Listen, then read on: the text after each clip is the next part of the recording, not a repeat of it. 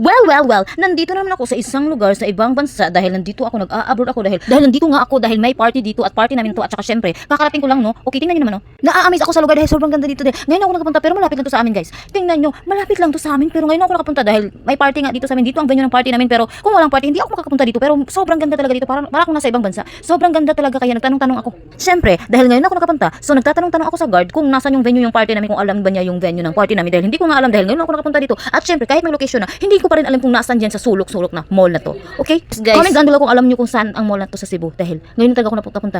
Pero sobrang ganda, sobrang na-amaze talaga ako. Perfect talaga siya. At saka syempre, comment down below nga, okay? Kung nasaan siya, kung alam mo. At ayun, tinuruan ako ng guard at syempre alam ko na kung nasaan na yung party venue na yan. Dahil sobrang ganda, sobrang na-amaze talaga. Tingnan niyo guys, oh, yung pagkain, oh, hindi siya Pinoy foods, okay, 'di ba? Kaya sinasabi ko sa inyo, mag-try kayo ng ibang foods na hindi Pinoy, okay? Sa ibang bansa naman, parang siya nasa ibang bansa, oh. Ang yung design niya sobrang ganda talaga. Tingnan niyo, nakaka-amaze talaga yung venue. Sobrang ganda talaga yung party namin, venue ng party namin. At syempre, para talaga akong nasa ibang bansa, hindi ko ma-feel na nasa Pilipinas ako. At syempre, sobrang maganda, sobrang masarap yung pagkain nila. Tingnan niyo guys, oh. At saka syempre, feeling VIP kami sa lugar na to dahil party nga namin, para kami VIP. Tingnan niyo nga dahil yun nga, sobrang special ng lugar at saka ng pagkain, sobrang masarap yung pagkain at saka yung lugar, sobrang very special. Para kami nasa palasyo. Tingnan niyo na yung venue. Di ba maganda naman guys? Kaya gusto ko talagang sumali sa mga party kasi gusto ko muna mag-experience ng mga bagay-bagay na hindi ko na-experience kaya ganito.